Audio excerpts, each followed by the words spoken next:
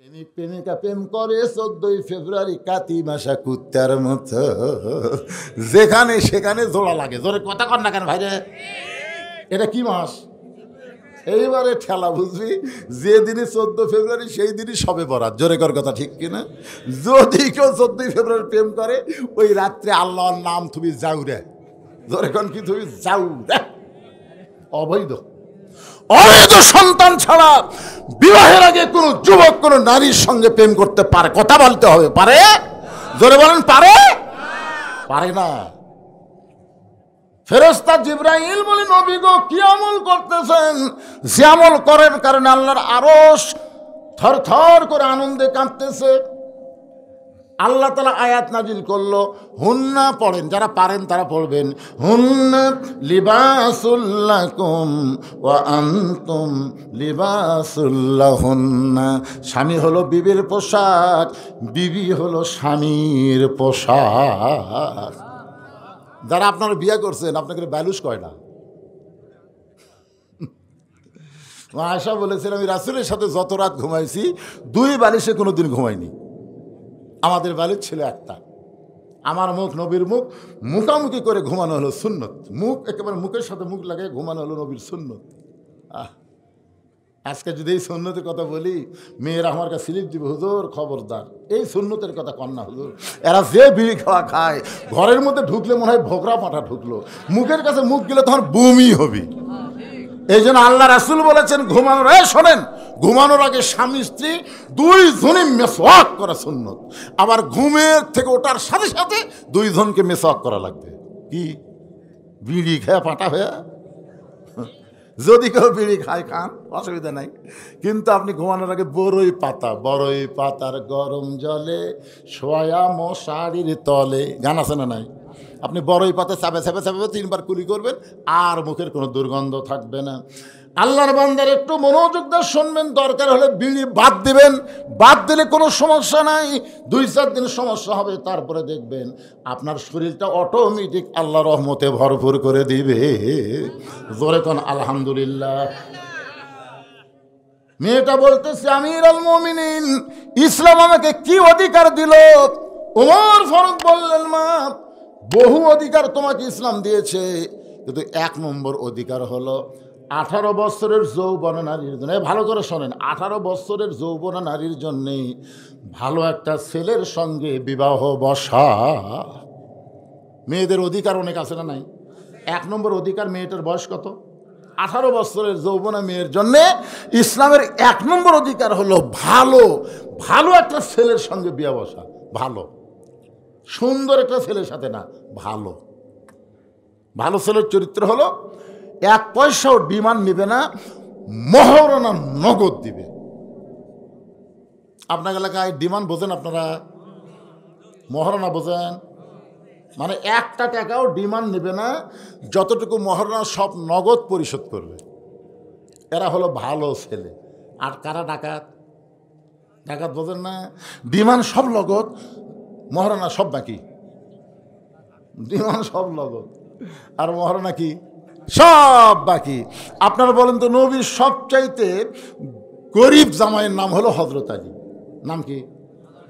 আল্লাহ রাসূল যখন বললেন, আলী রে, ধনী ধনী ছেলেরা আমার ফাতেমাকে বিয়ে করবার চাইছিল, কিন্তু আল্লাহ তাদের অ্যালাউ করেনি রে আলী, তোকে আল্লাহ পছন্দ করে ঘটকালি করেছে, আমার কলিজার সঙ্গে তোর বিয়ে হবে। আলী বুড়া আঙ্গুল দেখালে মাটি করে। রাসূল কই, বুড়া আঙ্গুলে ভর দেখি করিস?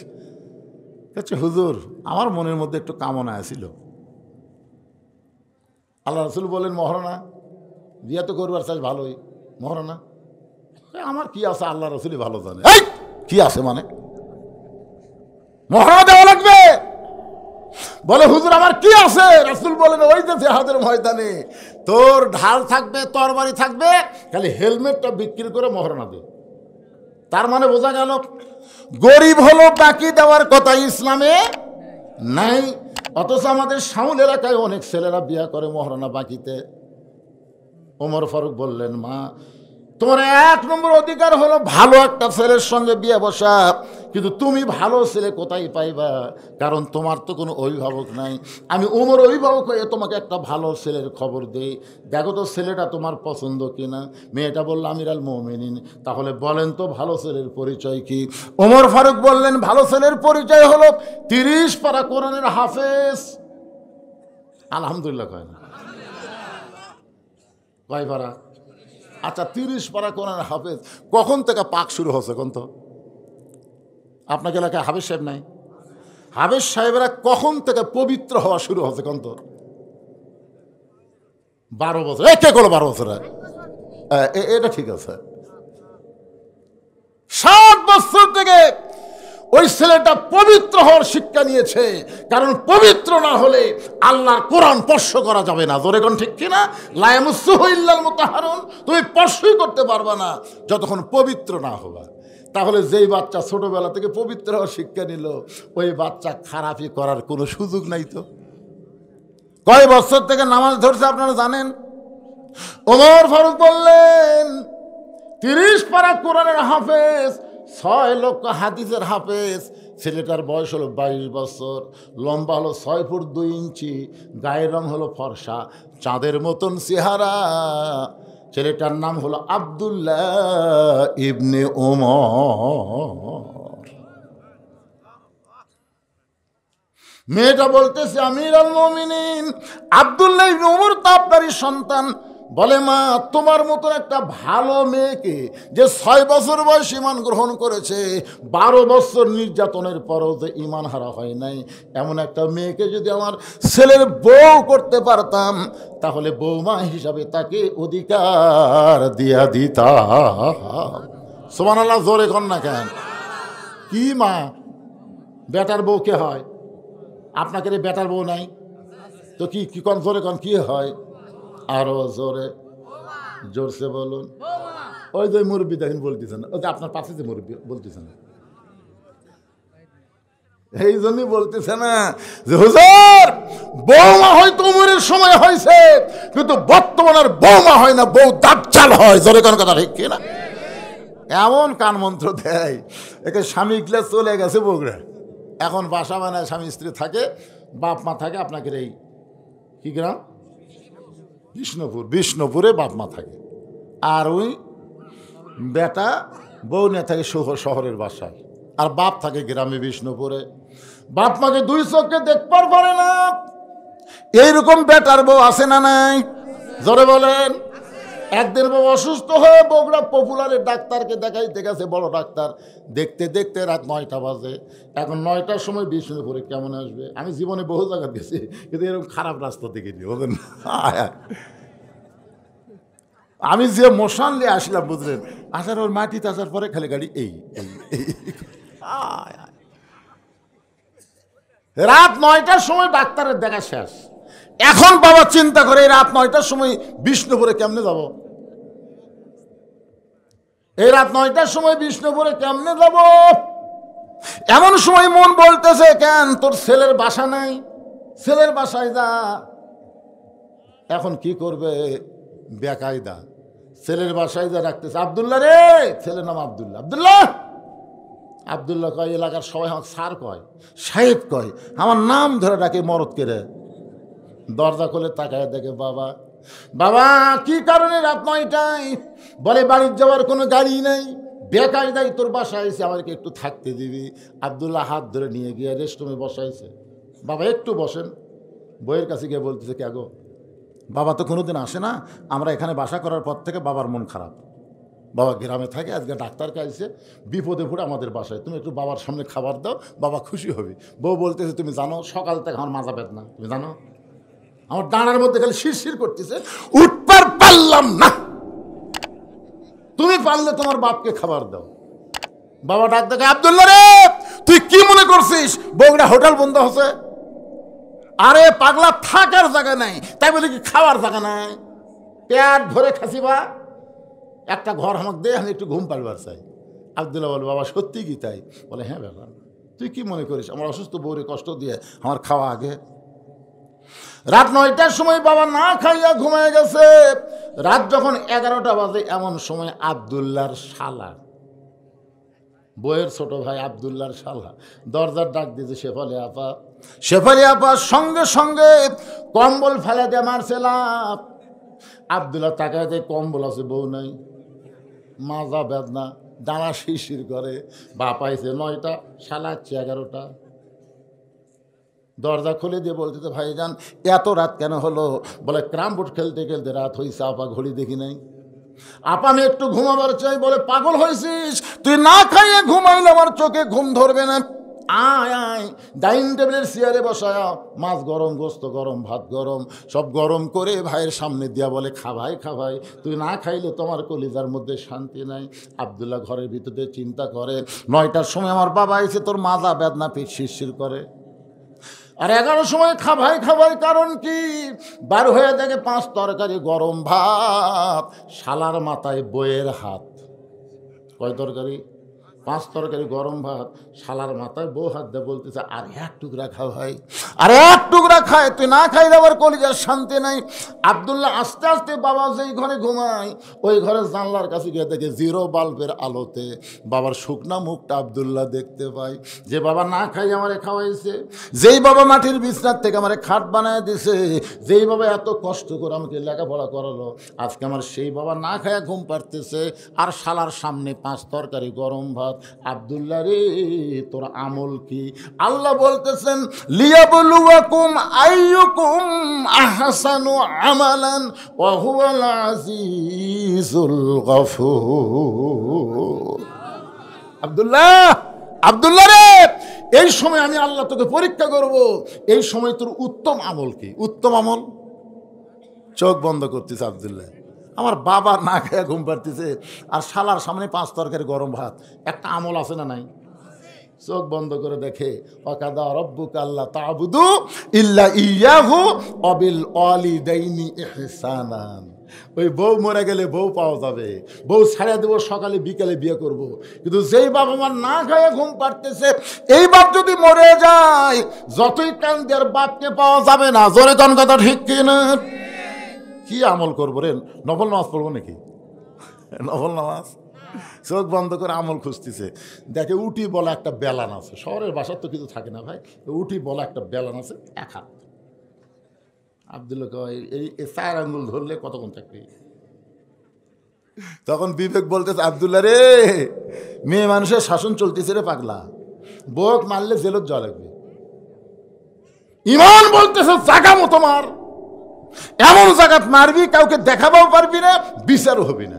পিছন দিকে তাকে দেখ উঁচা হয়ে আছে, উঁচা বরাবর মার। বিলাই যেমন ইন্দুর ধরে আস্তে আস্তে, পিছনে এসে তাকায় দেখে শালা নিবে না, বউ জোর করে মাছ দিয়ে বলতেছে, আর 1 টুকরা খা ভাই, তুই না খাইলে আমার কলিজার শান্তি নাই। আবদুল্লাহ খালি খেপা আছে যে বাপ আমার না খায় ঘুম পাড়তেছে, তোর ভাই খাবি না, জোর করে খাওয়াস। বিসমিল্লাহ করে মারছে বাড়ি, যেই মাত্র বাড়ি মারছে, বউ দৌড়, শালাও দৌড়। শালা চিল্লায় বলে, দুলা ভাই আমার বোনকে মারলেন কেন? আবদুল্লাহ কয়, তোর বোন আমার কে হয়? এই তোর বোন আমার কে হয় রে? এই তোর বোনকে এত ভালোবাসি যে ভালোবাসার কারণে বাপ মাকে ছেড়ে আমি শহরে বাসা বানাইছি, খালি তুরই বোনের জন্য। আজকে কেন মারলি? মারলাম। আয় আয়, কি জন্য মারলাম? আয়। শালাকে আমাকে মারবেন নাকি? না রে পাগলা, মারবো কেন? তোকে একটু দেখাবার চাই। বাবা যেই ঘরে ঘুম পাড়তেছে ওই ঘরের জানলার কাছে গিয়ে বলে, তাকায় দেখতো ঘরের মধ্যে কে? বলে, আপনার বাবা কখন আইছে? বলে, 9টার সময়। তোর বোন কইল মাজা বেদনা, পিঠ শিরশির করে, আমার বাবার সামনে খাবার দেয়নি, বাবা রাগ করে ঘুম পাড়তেছে, আর তোর সামনে 11টার পরে 5 তরকারি গরম ভাত। এখন বল রে শালা, বল আমার আমল কি? শালা বলতে, দুলা ভাই আর একটা মারেন, আর একটা মারেন। ই মানুষের জাত না, ই বাপের রাখতেও পছন্দ করে, শ্বশুর রাখতেও 2 চোখকে দেখবার পারে না। এইরকম মেয়ে মানুষ সমাজে আসে না? নাই? জোরে কান আছে না? আর বাপের বাড়ির ফকির আসলে কয়, আমার চাচা হয় গো, ফকির আমার চাচা হয়। আর শ্বশুরের ভাই আসলে কয়, আপনি কে? আমি তো আপনাকে চিনি না। ও তুই চাওয়া শ্বশুর চিনিস না, ফকির তোর চাচা হয়। এই জন্য বর্তমান যুগের বেটার বউকে অনেকে বৌমা বলতেছে না, যেমন এই মুরব্বী কয় নিজেকে এত লম্বা একটা আওয়াজ শোনায় দিলাম।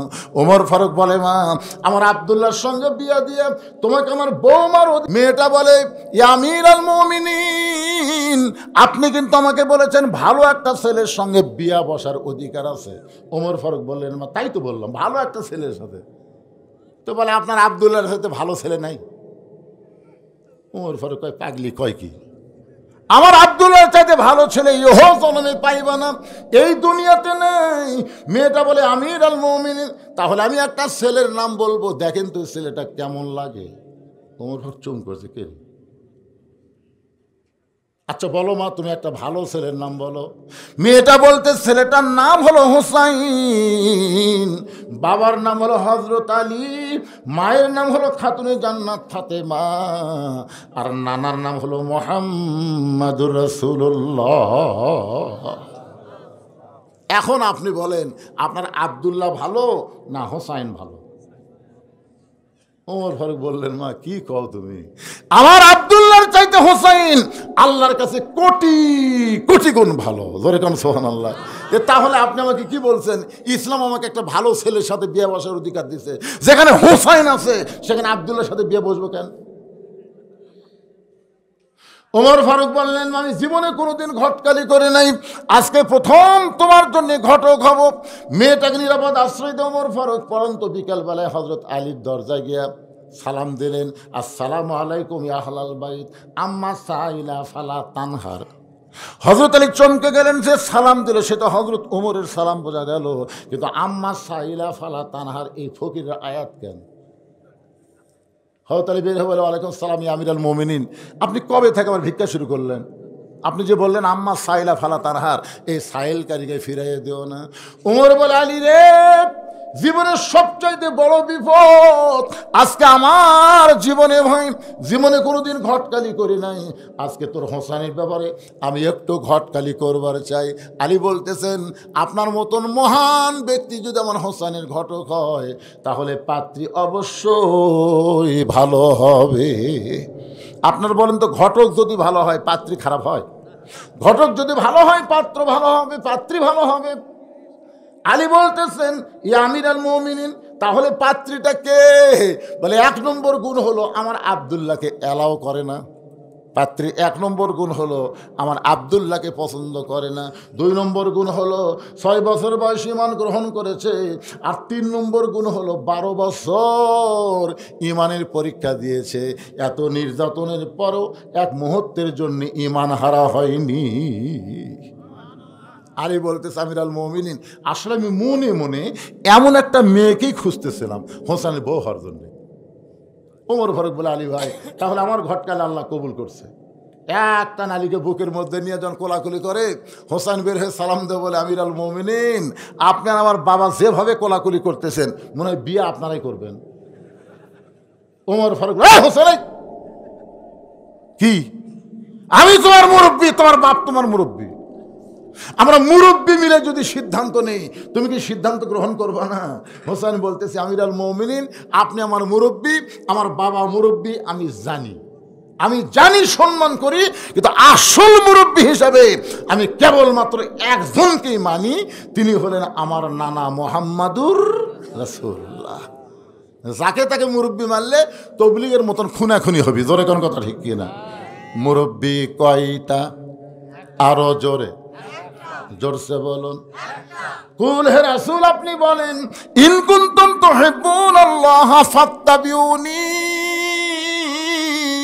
যদি কেউ আল্লাহরে পাওয়ার চায়, নবী ছাড়া আল্লাহকে পাওয়ার কোনো রাস্তা নাই। সবাই বলেন, উপায় নাই রে, বলেন, উপায় নাই রে, উপায় নাই রে, উপায় নাই, নবী বিনে আল্লাহ পাওয়ার উপায় নাই।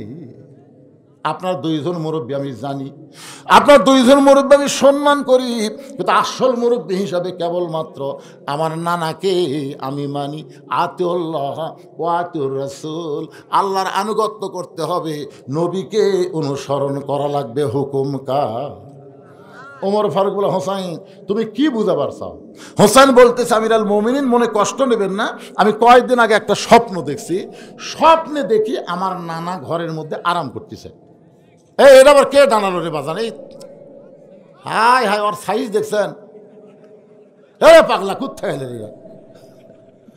শোনেন, মনোযোগ দা শোনেন, কি বিরক্ত হচ্ছেন? কয়েকদিন আগে আমি স্বপ্নে দেখলাম আমার নানা ঘরের মধ্যে আরাম করতেছে।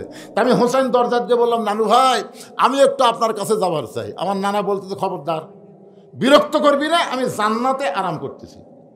হোসেন বলে, আমির আল মুমিনিন, আমার নানা যখন বলতেছে জান্নাতে আরাম করতেছি, আমি তখন চমকে গেলাম। ভাঙ্গা ঘরের মধ্যে নানা কথা বলে, আর নানা বলে জান্নাতে আরাম করতেছি। এই জান্নাত দেখতে গেলে দরজা যখন খুলবে না, আমি জানলার ফাঁক দিয়ে তাকায় দেখি আমার নানি উরাত বালিশ বানিয়ে দিয়েছে। সেই উরুর উপরে নানা মাথা দিয়ে শুয়ে আছে, আমার নানির চুলের মধ্যে বিলকি কাটতেছে। আমি বললাম, নানু ভাই আমার নানির উরাতকে বালিশ বানিয়ে শুয়ে থাকলে কি জান্নাতে থাকা যায়?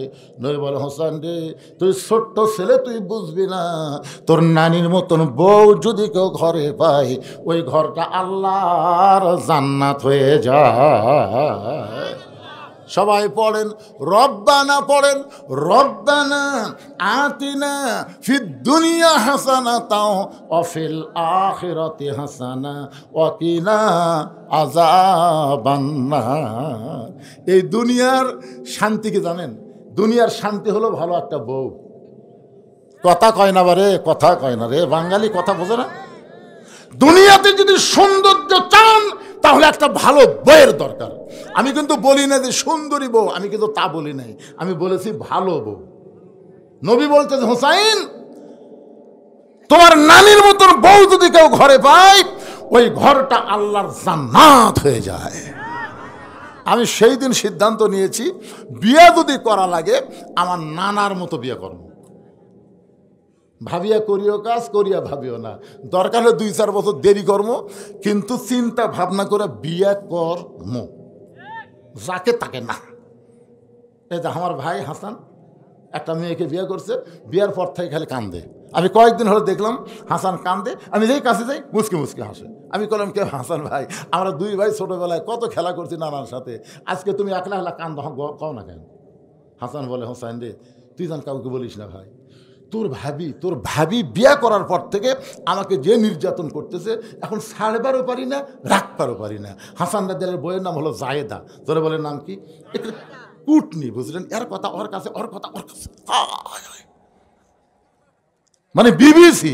কতগুলো মেয়ে মানুষ আপনাকে এই বিষ্ণুপুরও কিন্তু আছে বিবিসি। ধরে কোন কি কাম কাজ নাই, স্বামী কাছে মানুষের, স্বামী কাছে সৌদি আরব, ওই খালি ওরে বাবা রে, গোটা গাঁও গোটা গ্রাম খালি অশান্তির আগুন ধাউ ধাউ করে চলতেছে।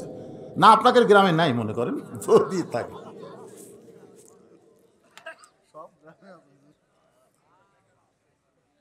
দৌড়ে গিয়ে হযরত আলীর হাতটা ধরে বলতেছে, বাবা আপনি সত্যি করে বলেন তো আমার মা আপনার কেমন বউ ছিল? ও বাবা আপনি সত্যি করে বলেন তো আমার মা আপনার কেমন বউ ছিল? বাবা আপনি ভালো বউ পাচ্ছেন, আমার নানাও ভালো বউ পাচ্ছে, আমি হোসাইন ভালো একটা মেয়েকে বিয়ে করতে চাই। ওমর ফারুক বলে, হোসাইন আমি যেই মেয়ের ঘটকালি করতেছি বাবা এই মেয়েটা অত্যন্ত ভালো হবে। হোসাইন বলতেছে, আপনি ভালো বললে হবে না, আমাকে ভালো বলা লাগবে। ওমর ফারুক বলে, হোসাইন তুমি মেয়ে কি দেখছো নাকি?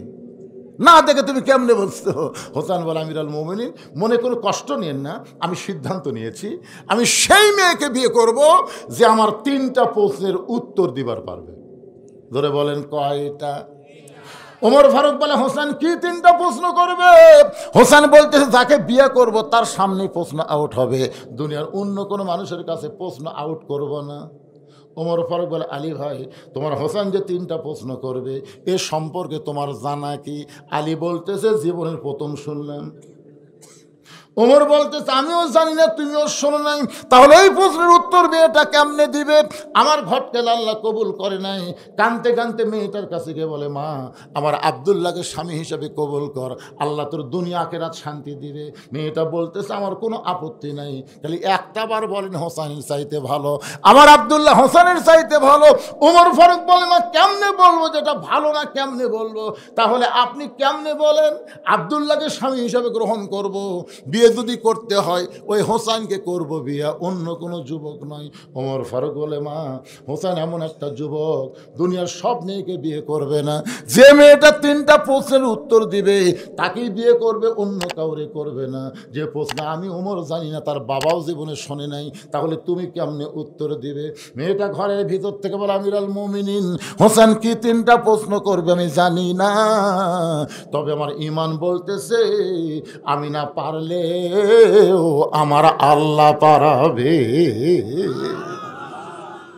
কি মনে করতেছেন? এরই নাম হলো ঈমান। আমরা গত বছরও চিন্তা করিনি যে 5ই আগস্টে হাসিনা এইভাবে পলাবে। জোরে কথা কর না কেন? আমাকে এত দুর্বল ঈমান ভাইরে, চিন্তা করে দেখেন রংপুরের আবু সাইদ ঈমানের বলে বলিয়ান হয়ে সর্বপ্রথম বাতিলের অস্ত্রের সামনে দাঁড়াইছে। জোরে কোন কথা ঠিক কিনা? এইভাবে আমি রাসূল একটা হাদিস পড়েছি যে শহীদের মৃত্যু যন্ত্রণা একটা পিঁপড়া কাটার চাইতে বেশি না। এটা আবু সাইদকে দেখে বোঝা গেল আসলে তাকে গুলি করতেছে, একটাবার ও বাবারে মা রেখে চিল্লাচিল্লি করতেছে না, গুলি করতেছে আর সামনের দিকে আসতেছে। জোরে কোন কথা ঠিক কিনা?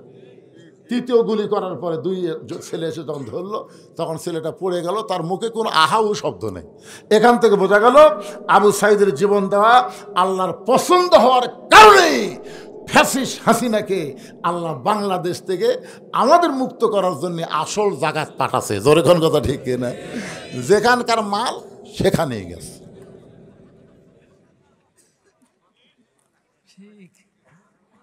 ইমানের দাবি যদি, এই যুবকেরা গানটা শোনো, আবার ওয়াজে ফেরত আসতেছি। ইমানের দাবি যদি কোরবানি হয়, সেই দাবি ঘরে বসে থাকা নয়।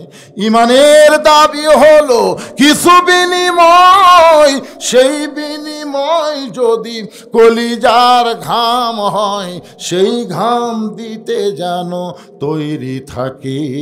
ওগো দয়াময় আমার আল্লাহ দয়াময়। ইমানের দাবি হলো অগ্নিশিখা, বাতিলের বিরুদ্ধে জ্বলতে শিখা। সে আগুনে জ্বলে জ্বলে দিব ইমানের পরিচয়।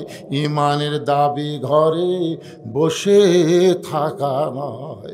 আমাদের বাংলাদেশের তরুণ প্রজন্ম, কিশোর প্রজন্ম বাতিলের বিরুদ্ধে ইমানের দাবিতে যখন রাস্তায় বের হয়ে আসলো, হাসিনা পলাতে বাধ্য হয়ে গেল। জোরে কোন কথা ঠিক কিনা? ঘরত বসে থাকা যত আল্লাহ আল্লাহ জিকির করো, হাসিনার অত্যাচার থেকে বাঁচতে চায় আল্লাহকে কান্দে মর, বাস শুনে বাড়ান লাগবে। জোরে কোন কথা ঠিক কিনা? 15.5 বছর বিএনপি যখন খালি কয় আন্দোলন হবে ঈদের পরে, ধরে কোন কথা, এর কি ঈদ শেষ হয় না? বারে খালি কয় ঈদের পরে শক্ত আন্দোলন করা হবে ঈদের পরে। আর জামাতেরা ঘরের মধ্যে বসে বসে জমি জমি মিটিং করে, প্রকাশ্যে বের হওয়ার পারে না। আয় আয় কি ফোসকা বাচ্চা রে, কলজার টুকরা ময়নারা রে, যার মধ্যে আবু সাইদ, মুগ্ধ, আমিন, এরকম 2000 ছাত্র জনতা তাদের জীবন দেওয়ার কারণে 30,000 ছাত্র জনতাকে আহত পঙ্গু করার কারণে পরে আল্লাহ তাআলা আমাদেরকে আবার স্বাধীনতা দিয়ে দিল। জোরে কোন সুবহানাল্লাহ। মেয়েটা বলতেছে, আমিরুল মুমিনিন হোসেন কি 3টা প্রশ্ন করবে আমি জানি না, তবে আমার ঈমান বলতেছে আমি না পারলেও আমার আল্লাহ পারাবে। জোরে কোন কে পারাবে? সঙ্গে সঙ্গে ওমর ফারুক এক দৌড় আলীর বাড়িতে এসে বলতে, ভাই তারিখ করবার চাই। হোসেন বলে কিসের তারিখ? কিসের তারিখ? ওমর বলে বিয়ার তারিখ না, বিয়ার তারিখ না, তুমি যে 3টা প্রশ্ন করবা তার উত্তর দিবার পারবে কি পারবে না তারই তারিখ। আলী বলতেছে কি কন, যে প্রশ্ন আপনি জীবনে জানেন না, আমিও শুনিনি, সেই প্রশ্নের উত্তর মেয়েটা কেমনে দিবে? ওমর ফারুক বলে, আলী রে, তোমার কানটা আমার মুখের কাছে দাও। হযরত আলী কানটা যখন উমরের মুখের কাছে দেয়, উমর ফারুক ফিসফিস করে বলতেছে, ইমানের বলে বলিয়ান হয়ে যখন কেউ কথা বলে, তখন আমি বিশ্বাস করেছি সে একলা না, তার সঙ্গে আমার আল্লাহ রয়েছে। নির্দিষ্ট তারিখ মোতাবেক হযরত ওমর ডান পাশে বসে গেছে। একটু বসার সাইজটা খেয়াল করেন। ওমর ফারুক ডান পাশে বসে গেছে, আর হযরত আলী বাম পাশে, মাঝখানে হোসাইন বসেছে। সামনে একটা চাদর দেওয়া হলো, ওই চাদরের ওই পারে ওই 18 বছর বয়সের যৌবনা মেয়েটা বসে গেল। আপনারা খেয়াল করছেন ডান পাশে কে? কেবল কথা কি শুনবার পাচ্ছেন না? ডান পাশে কে? হযরত ওমর। এই বলার পাশে কারণ আছে বাজান, ইন্না লিল্লাহি ওয়া ইন্না ইলাইহি রাজিউন। বোঝা লাগবে না? এটা বিপদ আপদের দোয়া। এটা মানুষ মরার পর আয়াত না, বিপদ আপদ মুসিবতের আয়াত। জোরে বলেন কথা ঠিক কিনা? আর একবার আয়াতটা শোনেন, ইযা আসাবাতুহুম মুসিবাতুন ক্বালু ইন্না লিল্লাহি ওয়া ইন্না ইলাইহি রাজিউন। ডান পাশে হযরত ওমর, বাম পাশে হযরত আলী, মাঝখানে হোসেন। সামনে একটা চাদর দেওয়া হয়েছে, চাদরের ওই পারে যৌবনা নারী, মাত্র 18 বছর বয়সের নারী। একটু খেয়াল করেন। আপনারা বলেন তো, সামনে চাদর দেওয়ার কারণ কি? সবাই বলেন। এখন যুবকদের জন্য সবচাইতে বড় বিপদ হলো মেয়েরা বেপর্দা হওয়া। জোরে কোন কথা ঠিক কিনা? আমাদের যুবকেরা রাস্তাঘাটে পাগলের মতন ঘুরতেছে, একটা 4G মোবাইল নিয়ে সারাদিন ঘোরে। হ্যাঁ, সারাদিন ঘোরে। হ্যাঁ, এখানে ঘোরে, বাড়ি খালি ঘোরে, বাড়ির থাকে না। দাদা কয়, কে রে, এই তুই এত ঘুরিস কে রে, এই তুই এত ঘুরিস কে রে? তখন লাতি কয়, দাদা বুড়া হচ্ছেন তো, বুঝতে পারতেছেন না। আপনাদের সময় তো এরকম মাল ছিল না, আসলে ছিল না। আমি ছোটোবেলায় দেখছি আমার দাদি, তখন এত বোরকার বাহার ছিল না। দুটা হাতকে বোঝেন, এ মুরব্বীরা বুঝবে। হাতকে, দুটা হাতকে, একটা নিচে একটা উপরে, এমনভাবে পরিছে দুনিয়ার কোনো মরদ মানুষ চেষ্টা করলেও মুখ দেখতে পারেনি। একের মাথা লিয়ে এসে নামিয়ে দিছে। কে দাদি? ও দাদি, পড়ে যাবেন দাদি, ভালো করে রাস্তা। দুনিয়ার পড়া সহ্য করা যাবে, কিন্তু জাহান্নামের আগুনে পড়া যাবে না। ধরে কোন ঠিক কিনা? আর এখন 14 হাত শাড়ি রে, 14 হাত শাড়ি, কুটি যে পেঁচে, খালি পেঁচে, আঁচড়া ফাঁচড়া বাড়ি করে থাকছে। আর এখনকার কিছু বোরকা বার আছে, বুঝলেন, টাইট ফিটিং। ধরে কান কি ফিটিং? বোরকা পরলে বাহির থেকে সব কিছু বোঝা যায়। আমার মা বোনদের জন্য বলবো, মা, পর্দা হলো নারীদের জন্য ফরজ। আল্লাহ কোরআনে বলেছেন, অকর্না ফি বুয়ুতিকুন্না ওয়ালা তাবাররাজনা তাবাররুজাল জাহিলিয়াতিল উলা। সকলে বলেন আল্লাহু আকবার। সামনে চাদর দেওয়ার পরে ওমর ফারুক বলে, হোসাইন, এখন তুমি প্রশ্ন শুরু করো। প্রশ্ন কয়টা? জোরে বলেন কয়টা? এই সবাই মনোযোগ দিয়ে শোনো, এখন তুমি প্রশ্ন শুরু করে দাও। ওমর ফারুক বলে, হোসেন, এখন তুমি 3টা প্রশ্ন করো। এবার হোসেন বলে, রে মেয়ে, তুমি একা একা বসে আছো, তাই বলে তুমি একলা না, আমি হোসাইন বড় একা হয়ে গেছি। ওমর ফারুক বলে, হোসাইন, তুমি কি পাগল হইলা নাকি? তোমার ডান পাশে আমি বসে আছি, বাম পাশে তোমার বাবা বসে আছে, এরপরে তুমি একলা কেমনে হলে? হোসেন বলে, রে মেয়ে, আমার 2 পাশে 2জন মহামানব বসে আছে, কিন্তু মনে মনে এই 2 মহামানব তোমার পক্ষ নিয়েছে। আপনারা বলেন তো, ওমর ফারুক কার পক্ষে? হযরত আলী। তাহলে খামাখাই পক্ষে বসে লাভ কি? আজকে নিরপেক্ষ নির্বাচন কমিশনার সকাল 11টায় কইল 8% ভোট আছে, 12টায় কইল 19%, 2টার সময় ঘুমোর উঠা কয় 44%। তার মানে কি? আপনারা বলেন তো, হাসিনার সময় যে নির্বাচন কমিশনার ছিল, ই কি নিরপেক্ষ? কথা কন নাই নিরপেক্ষ? আসলে নিরপেক্ষ শব্দ চলবেই না। এমনকি আমার আল্লাহ পর্যন্ত নিরপেক্ষ না। আল্লাহ যদি নিরপেক্ষ হতো তাহলে কেন বললো ইন্না দীনা ইনদাল্লাহিল ইসলাম? ইসলাম আমার মনোনীত জীবন বিধান কেন বললো? তার মানে হিন্দুদের বিপক্ষে, কাফেরের বিপক্ষে, মুনাফিকের বিপক্ষে, ইহুদির বিপক্ষে, মুসলমানের পক্ষে। জোরে কোন কথা ঠিক কিনা? তা আল্লাহ যদি নিরপেক্ষ না হয় তুই কেমনে নিরপেক্ষ রে? হুজুর আমি কোনো দল করি না, আমি নিরপেক্ষ। আরে পাগলা, তুই নিরপেক্ষ না, তুই হলো হিজড়ে।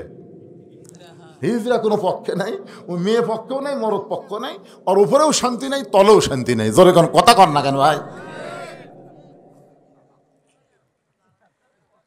কে রে যুবক রে, তুমি কি মনে করছো যে আমি কানা বক্তা ওয়াজ করতেছে? এত ঘোরা লাগে খুব থাকে রে। আর এখানে কয়টা যুবক এসে যায়, আবার এসে খাড়া হতে থাকে। এই মাহফিল কমিটির লোকের তোমার বিজয় করতে তো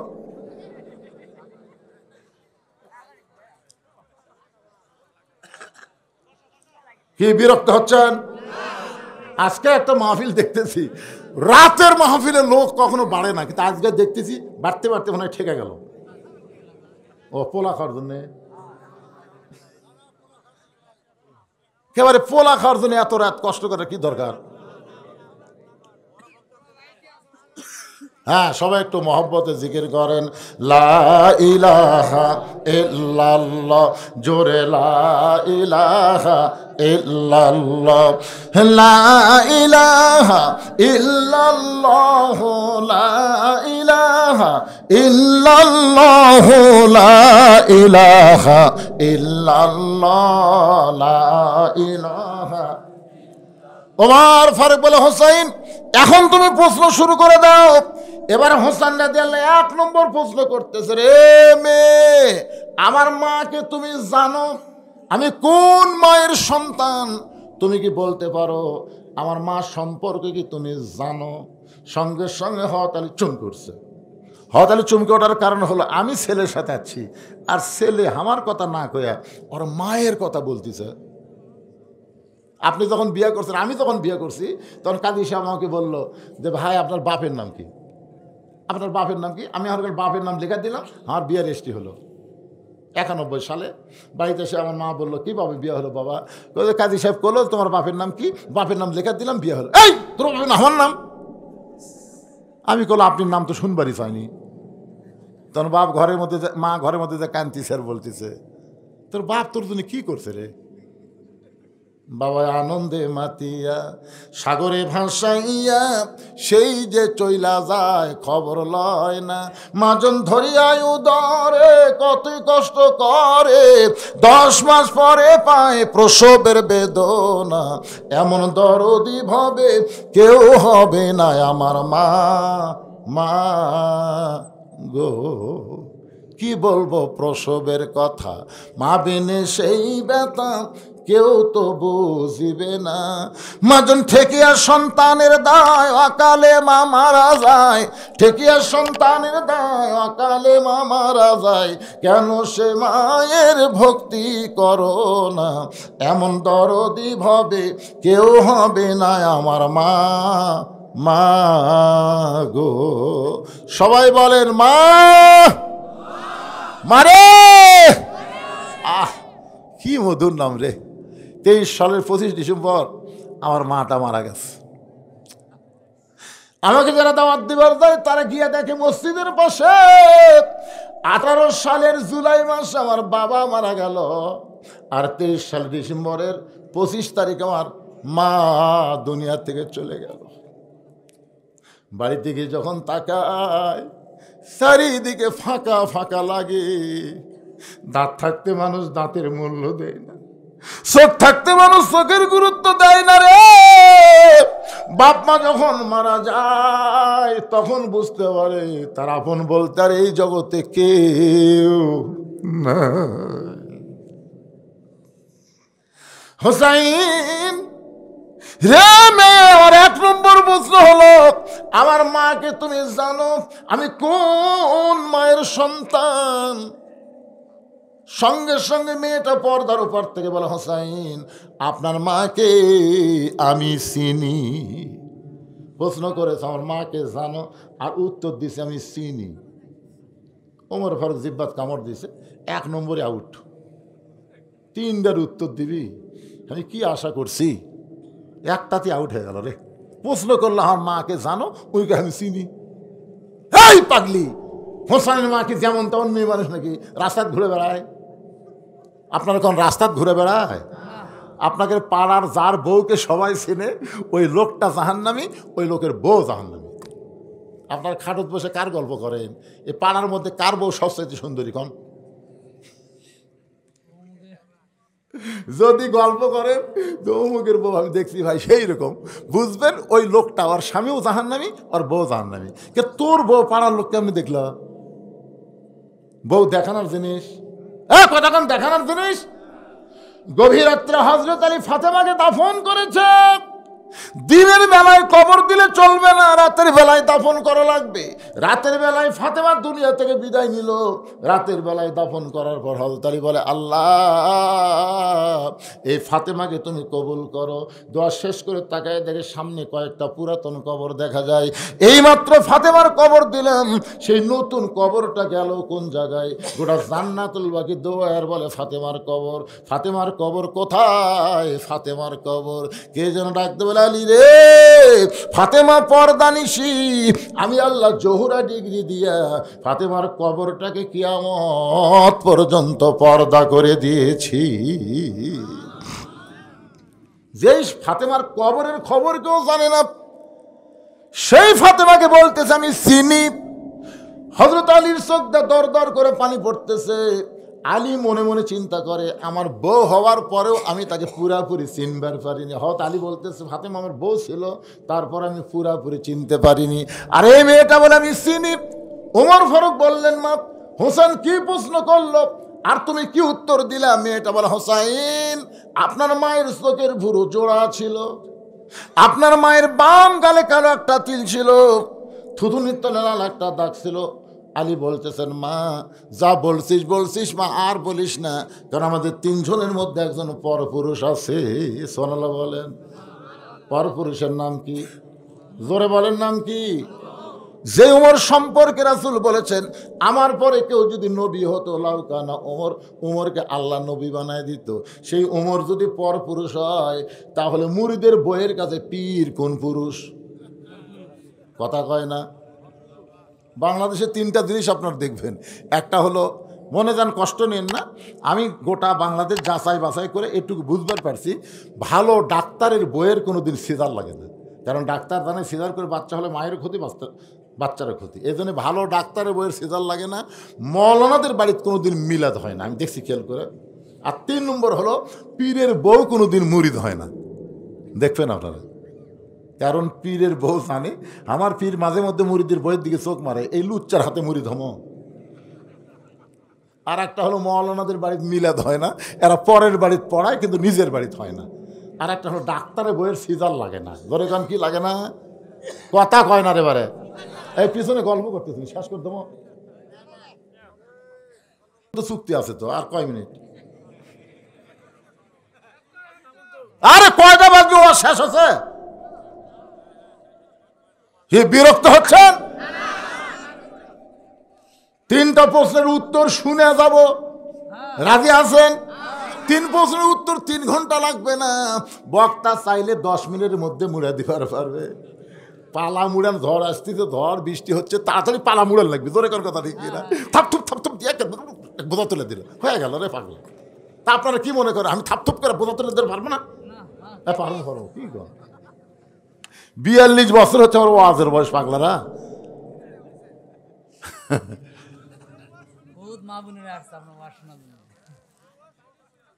আবার শোনো, হ্যাঁ শোনেন, এই যে সূরা ফাতিহা জীবনে কয়বার পড়ছেন? জীবনে কয়বার পড়ছেন? সারা জীবন যদি কেউ সূরা ফাতিহা শোনে অথবা পড়ে, একটা মুহূর্তের জন্য বিরক্ত রাখবে না। জোরে কোন কথা, ঠিক কিনা? ঈমান আমলের ওয়াজ। কোরআনে আল্লাহ 82 বার নামাজের কথা কেন বললো? সাই বললো, হুজুর একই নামাজের কথা আল্লাহ 82 বার বললো, আল্লাহ বিরক্ত লাগলো না? নবী কয়, পাগল, যার গুরুত্ব যত বেশি সেটা ততবার আলোচনা হবে। জোরে কোন ঠিক কিনা? আয় হায় রে, একটু মনোযোগ দিয়ে শোনেন। হযরত আলী বলতেছে, মা যা বলছো বলছো, আর বলো না, কারণ এ জায়গায় একজন পরপুরুষ আছে। আমি জানতে চাই মা, হাসান হোসেনের মায়ের চোখের ভুরু জোড়া ছিল, এটা দুনিয়ার কেউ জানবে না, আমি জানি। কি জন্যে? আল্লাহ রাসূল বলেছেন, কোনো স্বামী যদি তার বিবির দুই ভুরুর মাঝখানে একটা চুমা খায়, ওই স্বামীর আমল নামায় আল্লাহ একটা খুশি হয়ে ওমরা হজের সওয়াব দিয়া দেয়। কোন জায়গা? এদিকে ভুরু, দুই ভুরু নেই, এই ভুরু একটা শব্দ করে খাবেন। খাচ্ছেন কোনো দিন? বইয়ের ভুরুর দিকে তাকাই না, তাকায়। আলী বলতেছে আমি বলতে পারি হাসান হোসেন মায়ের চোখের ভুরু জোড়া ছিল, বাম গালে কালো একটা তিল ছিল, থুতুনের তলে লাল একটা দাগ। তুমি কেমনে বললাম? মেয়েটা বলে মুরব্বী, ওই রোমের জেলখানার মধ্যে যখন আমি বন্দি ছিলাম, সে দিল কারারক্ষী আমাকে সকালবেলা 3টা করে চাবুক মারত, বিকালবেলা 3টা করে চাবুক মারত। আমার দেহের এমন কোনো জায়গা নাই যে জায়গায় চাবুকের আঘাত লাগে নাই। মারতে মারতে অনেক সময় আমি বেহুশ হয়ে পড়ে যেতাম।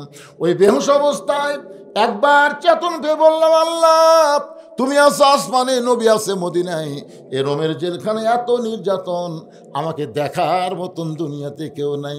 এ কথা বলতে কাঁদতে কাঁদতে যখন ঘুমিয়ে গেছি, ওই ঘুমের ঘরে স্বপ্নে দেখি একটা জান্নাতের হুরি আমার মাথার পিছনে বসে কাঁদতেছে, আমার মাথার কাছে বসে কাঁদতেছে। আমি বললাম, কে গো আপনি? জান্নাতের হুরি না বেহেশতের পরী? এত সুন্দরী। আমার মাথায় হাত দিয়ে বলে, মা আমি জান্নাতের হুরিও না বেহেশতের পরেও না, আমি হলাম জগৎ বিখ্যাত মা ফাতেমা। ওই জান্নাতুল বাকি থেকে রোমের জেলখানায় তোমাকে সান্ত্বনা দেই, এমন করে আর তুমি কষ্ট করে কান্দো না। মেয়েটা বলে, হোসাইন। আমি তখন তার চেহারার দিকে তাকায় দেখি চোখের ভুরু জোড়া দেখতে পাই, বাম গালে কালো একটা তিল দেখতে পাই, থুতুনের তলে লাল একটা দাগ দেখেছি। এরপরে আমার আর কিছু দেখার ভাগ্য হয় নাই। সঙ্গে সঙ্গে হোসেন বলে, রে মেয়ে, 1 নম্বর প্রশ্নের উত্তর যেমন আশা করেছিলাম তার চাইতে তুমি 100 গুণ সুন্দর দিয়েছ। ওমর ফারুক বলতে, আলী ভাই আমার ঘটকালি মনে হয় আল্লাহ কবুল করছে। হোসেন বলে, এত সহজ না, 33 33 33 99 না পাইলে আমি বিবাহ করব না, কেবলমাত্র 33 পাইছে। এবার ওমর ফারুক বলে, হোসেন তাহলে তুমি 2 নম্বর প্রশ্ন করো। এবার হোসেন বলে, রে মেয়ে, আমার 2 নম্বর প্রশ্ন হলো, তুমি বাড়ি হলো রোম দেশে, তোমার বাড়ি হলো রোম দেশে, তুমি রোমের জেলখানায় 12 বছর বন্দী ছিলে, 6 বছর বয়সে ইমান গ্রহণ করা অপরাধে। আমার দ্বিতীয় প্রশ্ন হলো, 6 বছর বয়সে তুমি ইমান কোথায় পাইলা? কারণ তুমি কইছো তোমার দাদা খ্রিস্টান, তোমার বাবা খ্রিস্টান, তাহলে তোমার দাদা যদি খ্রিস্টান হয়, বাবা যদি খ্রিস্টান হয়, তাহলে 6 বছর বয়সে তুমি ইমান কোথায় পাইলা? মেয়েটা বলে, হোসাইন আমি ইমান কোথায় পাইলাম যদি শুনতে চান তাহলে শোনেন।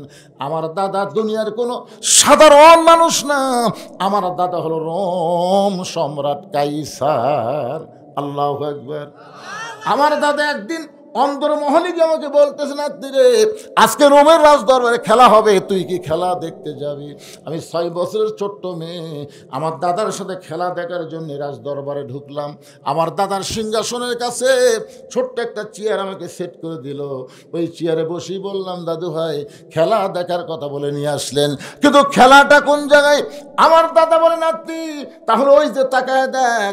মেয়েটা বলে, হোসাইন 6 বছর বয়স আমি তাকায় দেখি একটা মানুষের 2টা হাত কালো রশি দিয়ে বেঁধে রাখছে, ওই মানুষটার চোখ কালো কাপড় দিয়ে বাঁধা, ওই মানুষের 2টা পা লোহার শিকল দিয়ে আটকায় রাখছে।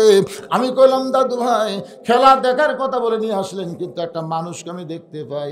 আমার দাদা অট্ট হাসি দিয়ে বলে, নাতনি রে তুই ছোট্ট মানুষ, তুই বুঝবি না, ওইটা মানুষ না রে, ওইটা মানুষ না, ওইটা হইল মুসলমান। ওইটা মানুষ না, ওইটা হলো মুসলমান। তার মানে কি বুঝলেন? ইহুদি খ্রিস্টানেরা কোনোদিন মুসলমানকে মানুষ মনে করে না। মুসলমানকে যদি মানুষ মনে করত তাহলে ফিলিস্তিনের এ পর্যন্ত 42,000 শিশু বাচ্চাকে অন্যায়ভাবে তারা হত্যা করতো না। জোরে কোন ঠিক কি না?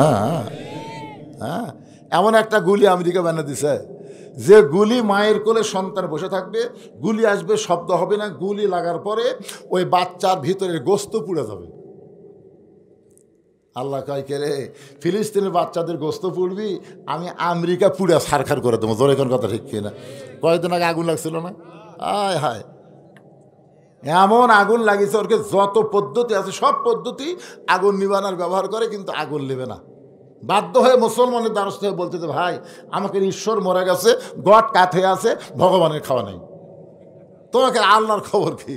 তখন মুসলমান আল্লাহ আকবরকে জোরে আজান দিল, যদ্দূর পর্যন্ত আজান যায় তদ্দূর পর্যন্ত আগুন আল্লাহ নিভাইয়া দেয়। জোরে কেন সুবহানাল্লাহ। এ দৃশ্য দেখে এক সময় 1300 খ্রিস্টান মুসলমান হয়ে গেছে। জোরে কেন সুবহানাল্লাহ। আপনার বলেন তো আমাকে আল্লাহ আছে না নাই? তোমরা ফিলিস্তিনের বাচ্চাদেরকে আগুন ধরে দিবা, তোমাদের দেশ আল্লাহ আগুনে পুড়ে ছারখার করে দিবে। জোরে কোন ঠিক কিনা? ভারত বলেছে আলু বন্ধ, পেঁয়াজ বন্ধ, চিনি বন্ধ, আল্লাহ কই পচা খা। বাংলাদেশত লাগবে না, কারণ ওমা মিন দাব্বাতিন ফিল আরদি ইল্লা আলাল্লাহি রিজকুহা, পৃথিবীতে একমাত্র রিজিক দেনেওয়ালা কে? আরো জোরে। আল্লাহ কোরআনে বলেছেন, ফালিয়াবুদু রাব্ব হাযাল বাইত আল্লাযী আত'আমাহুম মিন জু'ইন ওয়া আমানাহুম মিন খাউফ। ওই ঘরের মালিকের তোমরা গোলামি করো। এই ছেলেরা নামাজের কথা আসতেছে, ওই ঘরের মালিকের তোমরা গোলামি করো। যদি তোমরা গোলামি করো, নামাজ পড়ো, সঙ্গে সঙ্গে আমি আল্লাহ তোমাদের 2টা পুরস্কার দিব। 1 নম্বর পুরস্কার হলো তোমাদের রিজিকের কোনো পেরেশানি করা লাগবে না, তোমাদের কোনো দারিদ্রতা থাকবে না।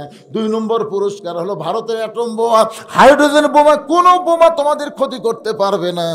যাবতীয় ভয় থেকে আল্লাহ পুরাপুরি নিরাপত্তা দিয়া দিবে। তাহলে ইবাদত করা লাগবে কার? মেয়েটা বলতেছে হোসাইন, আমার দাদা বলতেছিল মানুষ না, ওইটা হলো মুসলমান। আমি তখন বললাম, দাদা ওই মুসলমানকে নিয়ে আপনি কি খেলা খেলবেন? আমার দাদা বলে, ওই যে তাকায় দেখ। মেয়েটা বলে 6 বছর বয়সে। আমি তাকায় দেখি আগুনের একটা চুলার মধ্যে দাউ দাউ করে আগুন জ্বলতেছে।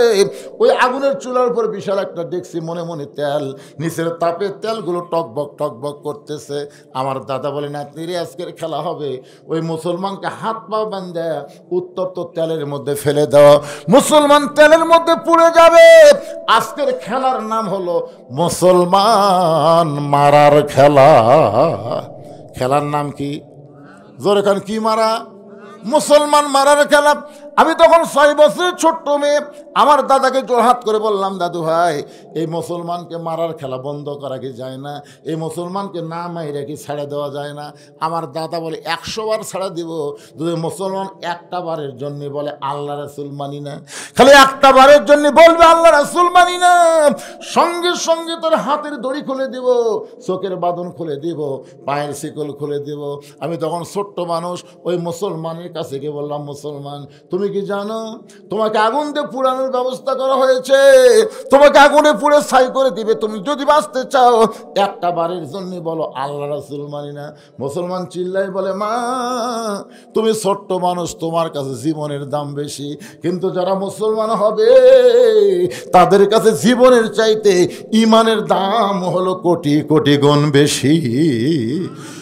দরকার হলে আগুনের চুলার মধ্যে যাব, কিন্তু 1 মুহূর্তের জন্য আমার আল্লাহ রাসূলকে ছাড়ব। মেয়েটা বলে, হোসেন সঙ্গে সঙ্গে আমার দাদা দাঁড়িয়ে বলল, রে সৈনুর আর দেরি করো না, ওই মুসলমানকে হাত পা বাঁধা অবস্থা আগুনে ফেলে দাও। আমি তখন বললাম, দাদু ভাই আমি এ খেলা দেখবো না, আমি যাবার চাই। আমার দাদা হাত ধরে বলতেছে, খেলা দেখার কথা বলে তোকে নিয়ে আইছি, তোকে যাবার দেব না। আমাকে জোর করে বসে রাখলো। আমি তাকায় দেখি ওই মুসলমান ফাঁসির মঞ্চে যাচ্ছে। সুবহানাল্লাহ। আমাদের বাংলাদেশে ফাঁসির মঞ্চে যায়নি, যখন যায়নি। মীর কাসেম আলীকে উকিল বলতেছে, স্যার রাত 12টায় আপনার ফাঁসি হবে। মীর কাসেম আলী বলে, এখন কটা বাজে? বলে 9:30। আলহামদুলিল্লাহ, এখনো 2.5 ঘন্টা আছে। তাহলে একটা কাম করি ভাই, অযাতে এত সময় বসে থাকা লাভ নেই, আমি 2 ঘন্টা ঘুম পারি। উকিল কয়, পাগলা নাকি রে, 2.5 ঘন্টা পর ফাঁসি হবি, তাই বলে 2 ঘন্টা ঘুম পারি। মন খারাপ করে উকিল বাইরে গেছে। 2 ঘন্টা পরে উকিল ফাঁসির কন্ডম ছেলে এসে দেখে মীর কাসেম আলী নাক দেখা ঘুম পাড়তেছে। উকিল কয়, মাত্র 8 ঘন্টা আছে রে, যে নাক দেখে ঘুম পাড়তেছে, এক তো ডাক না দিলে চেতন পাবি না। পায়ের বুড়ে আঙ্গুলো লড়াছে, লাভ দুটো বলতে, ভাই সময় হচ্ছে? না স্যার এখন 8 ঘন্টা। আলহামদুলিল্লাহ। অজু করে 2 রাকাত নামাজ পড়ে, কোরআনের সূরা মুলক আর মুজাম্মিল তেলাওয়াত করে জেলের মধ্যে যেই পাঞ্জাবিটা সবচাইতে ভালো ছিল ওইটা পরার পরে মাথার চুল হাসড়ায় বলতে ভাইজান চলেন যাই। উকিল কান্দের বলে স্যার আপনি কি শ্বশুর বাড়ি যাচ্ছেন, আপনার ফাঁসি হবে, আপনার ফাঁসির কথা কি মনে নেই? মীর কাসিম আলী মুচকে মুচকে হাসের বলে উকিল রে তুমি যেইভাবে কাঁদতেছ মনে হয় ফাঁসি তোমার হবে, তুমি কান্দো কেন? ঘুমের মধ্যে আল্লাহ পাক আমাকে দেখাইছে ফাঁসির মাধ্যমে 8টা জান্নাতের দরজা আমাকে বরণ করে নিবে। যারা প্রকৃত মুসলমান হবে তাদের কাছে মৃত্যু কোনো বিষয় না, তাদের কাছে বড় বিষয় হলো ঈমান। ঈমানের সাথে আমাদের মৃত্যু মোকাবেলা করা লাগবে। জোরে কোন কথা ঠিক কিনা? মেয়েটা বলতে হোসেন রে ওই মুসলমানকে হাত পা বাঁধা অবস্থায় আগুনের চুলার দিকে যখন নিয়ে যায় আমি তখন চক্ষু বন্ধ করলাম। এ দৃশ্য আমি দেখতে পারবো না, একটা জীবিত মানুষকে আগুনের চুলার মধ্যে মারবে আমি কেমনে দেখবো? চোখটা যখন চাপিয়ে ধরেছে এমন সময় একটা মধুর বাণী, মধুর বাণী, সবাই বলেন লা ইলাহা ইল্লাল্লাহু মুহাম্মাদুর রাসূলুল্লাহ। মেয়েটা বলে ওই মধুর বাণীটা আমার কানের মধ্যে ঢুকে আমার কলিজার মধ্যে ঢুকে গেল। আমি তখন দেখতে পাই ওই মুসলমানকে আগুনের চুলার মধ্যে ফেলে দিচ্ছে, কিন্তু মুসলমানের দেহ নামক খাঁচাটা আগুনের চুলার মধ্যে পড়ার আগে ওই খাঁচার পাখিটা কে যেন সযত্নে ধরে সবুজ রঙের একটা বাগানে উড়াল দেয়। এক দৌড়ে মায়ের কাছে গেলাম, বললাম মা যদি বাঁচবার চাও লা ইলাহা ইল্লাল্লাহ মুহাম্মদ রাসূলুল্লাহ। আমার মা কয় করে তুই না তোর দাদার সঙ্গে খেলা দেখবার গেলি, এই মুসলমানের কলমা কোথায় পাইলি? এই কলমা যদি তোর বাপ তোর দাদা শোনে তোকে হত্যা করবে। আমি তখন বললাম মা এ কলমাওয়ালারা কোনোদিন মরে না, তাদের দেহ কবরে যাবে কিন্তু ভিতরের পাখির কবর হবে না। এই পাখির ইল্লিন নামক জান্নাতের বাগানে থাকবে। যখন মারহাবা। তাহলে মানুষ মরলে ইন্নালিল্লাহ কেন পড়বো? আমাদের দেহ যাবে কবরে, আমাদের রুহু পাখির কিন্তু কবর হবে না। এই পাখিটা যাবে ইল্লিন নামক জান্নাতের বাগানে। তাহলে বলেন তো মরা ভালো না খারাপ? যখন ভালো না খারাপ? কারা কারা ঈমানের সঙ্গে মরতে চাই? দুই হাত তুলে আল্লাহকে একটু দেখাবো। লিল্লাহে তাকবীর। হাত টান টান করে থাকেন তো, এই দুই একটা হাত খাতো দেখা যায় কে রে? মাশাআল্লাহ, হাত নামান। মাশাআল্লাহ, আলহামদুলিল্লাহ। এই দান বাক্স কিসের বাবা? এই দান বাক্স কিসের? আপনি মনে করছেন এমনি এমনি এসে দিয়ে যাবে?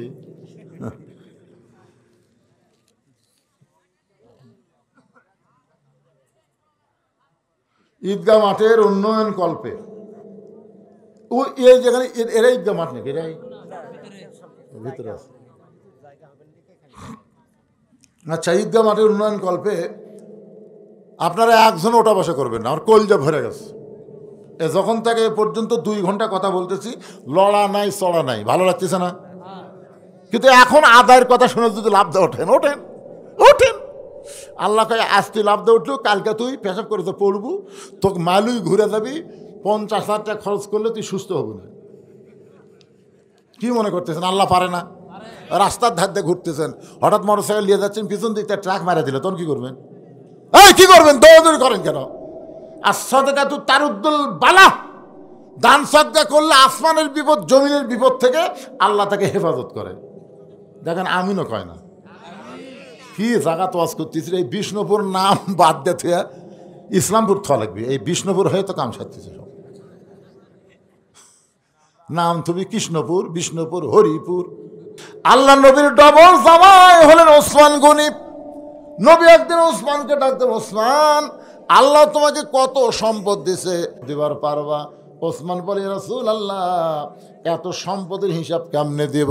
তবে একটা কথা আপনাকে বলতে পারি, আমার সম্পদ রাখতে গিয়ে যতগুলো গুদাম তৈরি হয়েছে, এই গুদামের তালা দিয়ে চাবি টানতে একটা তাজা উট ক্লান্ত হয়ে যায়। চাবি টানতে, জোরে কোন কি টানতে? তালা টানতে না, তালা দেওয়ার পরে চাবি টানতে একটা উট ক্লান্ত হয়ে যায়। এখন চিন্তা করেন কত গুদাম, গুদামের তালা, তারপরে সে চাবি টানতে গিয়ে উটটা ক্লান্ত হয়ে যায়। রাসূল বলে, ওসমান তুমি আমার জামাই, আমি তোমার কাছে বলতেছি বাবা, এই সমস্ত সম্পদ যদি আল্লাহ ফেরত চায় তুমি কি দিবা? সঙ্গে সঙ্গে ওসমান করে দৌড়ে গিয়ে উটের রশি ধরে নবীর হাতে রশিটা দিয়ে বলে, রাসূলুল্লাহ শুধু সমস্ত সম্পদ না, গুদাম না, তালা না, চাবি সহ উটটা আমার আল্লাহকে দিয়া দিলাম। নবী বলে, ওসমান সবই আল্লাহ দিলে তোমার থাকলো কি? সঙ্গে সঙ্গে ওসমান বলে, রাসূলুল্লাহ আমার আল্লাহ নবী থাকলে আমার যথেষ্ট, আমার অন্য কোনো কিছুর দরকার নাই। ভাইজান আজকে পকেটে টাকা থুয়া দিবার চাচ্ছেন না, আল্লাহ কই টাকা ঠিকই যাবে, কিন্তু ভালো জায়গা যাবে না। তো ঈদগার মাঠের জন্য 1 বস্তা 2 বস্তা সিমেন্ট দেন না কেন? ওঠেন বলেন, আল্লাহর বান্দারা সবাই দেন। আল্লাহ রাসূল বলেছেন, সাহাবীরা রে 5 ওয়াক্ত নামাজকে তোমরা খেয়াল করে দেখো, আসর, মাগরিব, এশা, তাড়াতাড়ি নামাজ। আসর শেষ হতেই কিছুক্ষণ পরে মাগরিবের নামাজ, মাগরিব শেষ হতে কিছুক্ষণ পরে এশার নামাজ। কিন্তু এশা থেকে ফজর, ফজর থেকে জোহর, এই 2 ওয়াক্ত লম্বা হলো কেন? সাহাবীরা বলে, রাসূলুল্লাহ আমরা জানি না, আল্লাহ রাসূল ভালো জানে। রাসূল বললেন, সাহাবীরা আল্লাহ যখন আমাকে নামাজ দেয় তখন আমি আল্লাহকে জিজ্ঞাসা করলাম, আল্লাহ আসরের কিছু পরেই হবে মাগরিবের নামাজ, মাগরিবের কিছু পরে এশার নামাজ, কিন্তু এশার থেকে ফজর এত লম্বা সময়, আবার ফজর থেকে জোহর এত লম্বা সময় কেন? আল্লাহ বলে, হাবিব ফজরের নামাজ পড়ে জোহর পর্যন্ত আমি লম্বা সময় দেওয়ার কারণ ওই সময়ের মধ্যে তারা ব্যবসা বাণিজ্য করবে, চাকরি বাকরি করবে, খেতে খামারে কাজকাম করবে। এগুলো কাজ কাম করতে গিয়া তার দেহের যে ক্ষয় হবে, এশা থেকে ফজর লম্বা সময় দেওয়ার কারণ হলো এ লম্বা সময় তারা ঘুম পাড়বে, এই ঘুমের মাধ্যমে দিনের কাজের ক্ষয় আল্লাহ পুরা করে দিবে। তাহলে এশা থেকে ফজর কি পড়ার জন্যে? কথা কন না কেন? কি পড়ার জন্যে? ঘুম পাড়ার জন্য, ওয়াজ শোনার জন্যে নয়। নবী কোনোদিন এরকম গভীর রাত পর্যন্ত ওয়াজ করে নাই, কারণ ভয় হয় যদি ফজরের নামাজ কোনো কারণে কি হয়ে যায়, কাজা হয়ে যায়, তখন কি হবে? 1 কোটি ওয়াজ যদি এক পাল্লায় আর 1 ওয়াক্ত নামাজ যদি আর এক পাল্লায় দেওয়া হয়, ওয়াজের চাইতে নামাজের ওজন বেশি হবে না কম হবে? সাহস পান থেকে।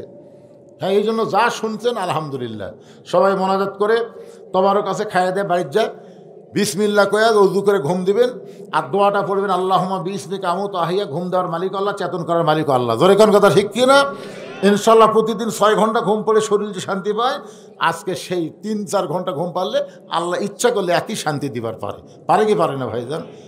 আল্লাহুম্মা সাল্লি আলা সাইয়্যিদিনা শাফিঈনা নাবিয়িনা মাওলানা মুহাম্মদ ওয়ালা আলিহি ওয়া সাহবিহি ওয়া বারাক ওয়া সাল্লিম। আল্লাহুম্মা আমিন। আল্লাহুম্মা আনতাস সালাম ওয়া মিনকাস সালাম, তাবারাকতা ইয়া যাল জালালি ওয়াল ইকরাম। আয় আল্লাহ তাআলা, মাগরিবের নামাজের পর থেকে রাত প্রায় 12টা 40 বাজতেছে, এই দীর্ঘ সময় পর্যন্ত তোমার পাগল বান্দারা, বান্দির আরামের বাড়ি ঘুমকে বাদ দিয়া কোরআন হাদিসের মহব্বত কলিজার মধ্যে নিয়ে এই জান্নাতের বাগানে বসে বসে কোরআন হাদিস আলোচনা শোনার শেষে আমি গুনাহগারের সঙ্গে রহমতের দরজায় ফকির হয়ে দোকানে হাত তুলেছে। মেহেরবানি করে আজকের মাহফিল আমাদের সকলের হেদায়েতের জন্যে, নাজাতের জন্যে, জান্নাতের জন্য কবুল করে নাও। এই মাহফিলের শুরু থেকে শেষ পর্যন্ত যত আলোচনা হয়েছে আল্লাহ, এর মধ্যে যদি ত্রুটি হয়, ভুল হয়, মাফ করে দাও। এর যা হাদিয়া মঞ্জুর করো সোনার মদিনায় নবী পাকের রওজা মোবারকে আল্লাহ কবুল করে নাও।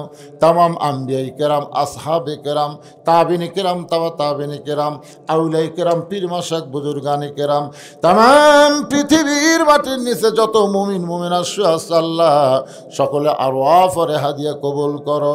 আল্লাহ আমরা যারা হাত তুলেছি, আমাদের মধ্যে জনম দুঃখনী মা যাদের কবরে চলে গেছে, ছোট্ট একটা শব্দ হলো মা, এই নামের মধ্যে কি মধু, যাদের মা নাই তারা বুঝতেছে।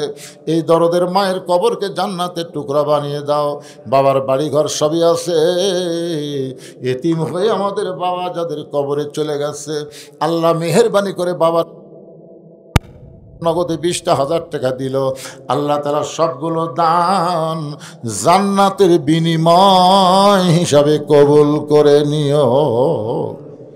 সুবহান রাব্বিকা রব্বিল ইজ্জাতি আম্মা ইয়াসিফুন ওয়া সালামুন আলাল মুরসালিন আলহামদুলিল্লাহি রাব্বিল আলামিন। ওয়াল আখিরাতি কালিমাতুন ইনদাল মাউতি। সকলে পড়েন লা ইলাহা ইল্লাল্লাহু মুহাম্মাদুর রাসূলুল্লাহ সাল্লাল্লাহু আলাইহি সাল্লাম। আসসালামু আলাইকুম ওয়া রাহমাতুল্লাহ।